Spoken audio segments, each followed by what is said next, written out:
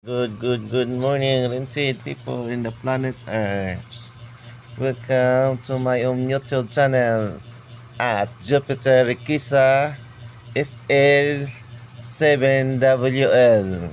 Today is September 24, 2025. Time 6:36 a.m. the morning. Today, I was already activities and what was the settlement about the ejection of my sister, Saint Helen Requisa, in the barangay will be settlement. I don't know who's those people, the author for that one.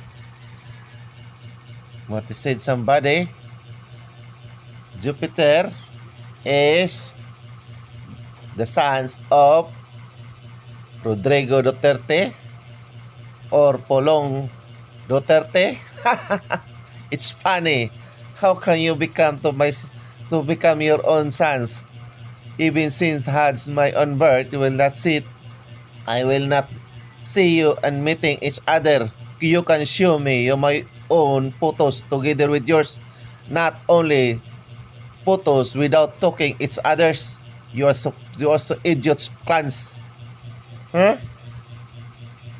Talk to me. Show me.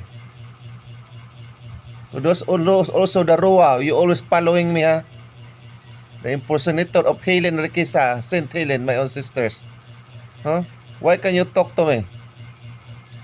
Why can you always talking to us? Don't always to show to that photos. What's that? Jupiter Requisa is not already collecting in the garbage. I have my own parents. Girodito Requisa. To those people, the Helen impersonator was said to us, Jupiter was already throwing in the garbage. I show you, I put your mighty ban your both eyes. Talk to us if you want.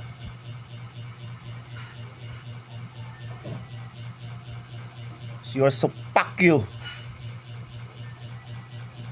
If you have already there right now in the barangay,